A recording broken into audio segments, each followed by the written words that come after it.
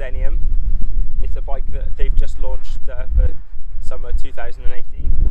It's a bike I've been testing now for a couple of weeks, done quite a lot of miles on, and overall I've been quite impressed with the bike. This one is the Tiagra model. It is retailing at £1,000. Comes with a Tiagra, so it's 10 speed on the rear, double on the front. Overall, this bike has been really good. Quite like the spec on it. The comfort from it is pretty good, and just generally it's been a well designed, well thought out bike. So it's aimed more at either faster or racing cyclists. So it's got a relatively small front or low head tube. Angles are pretty good, so it makes for a nice bike to ride quickly. Comfort, as I said, is pretty good. It does help that the saddle is quite a well padded saddle that takes a lot out of the roads.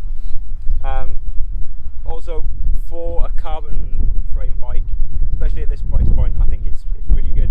At £1,000, you tend not to get good carbon frames, but this one, it feels really good. The finishes on it is good, and there's some nice touches. Things like the cable routing is really neat. That's been well thought out. So it's 10 speed Tiagra, 11 to 28 on the rear, 50 and 34 on the front. The range is good for probably most riders in most areas. There might be some people, if you live in a hilly area, you might want a wider cassette. Problem then would be, because it's Tiagra, you're going to have bigger spacing between each gears. So for this bike and what it's designed for, it seems pretty good. This one comes with cable discs, TRP spires. They're about as good as you can get for cable discs. The wheels, very basic Shimano RS wheels. For the price point, it's about what you'd expect. But it's a bike that if you were going to keep it, it's potentially worth upgrading the wheels, because it would make a big difference. Overall, this bike weighs 9.6 kilos without pedals and without any attachments like any bottle cages, so it's okay. It's not super light, but then for £1,000 you're not going to expect a huge amount.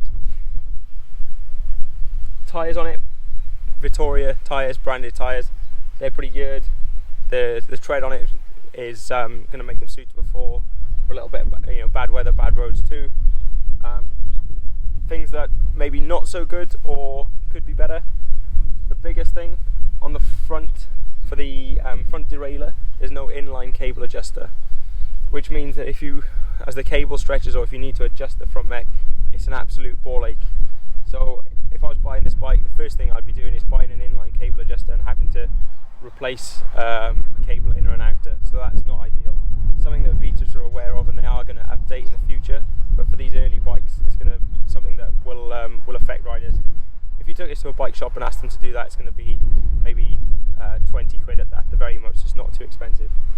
Other things, bar tape is really cheap and thin. Most bikes at this price point have the same issue. Also, the tops of the bars are really narrow.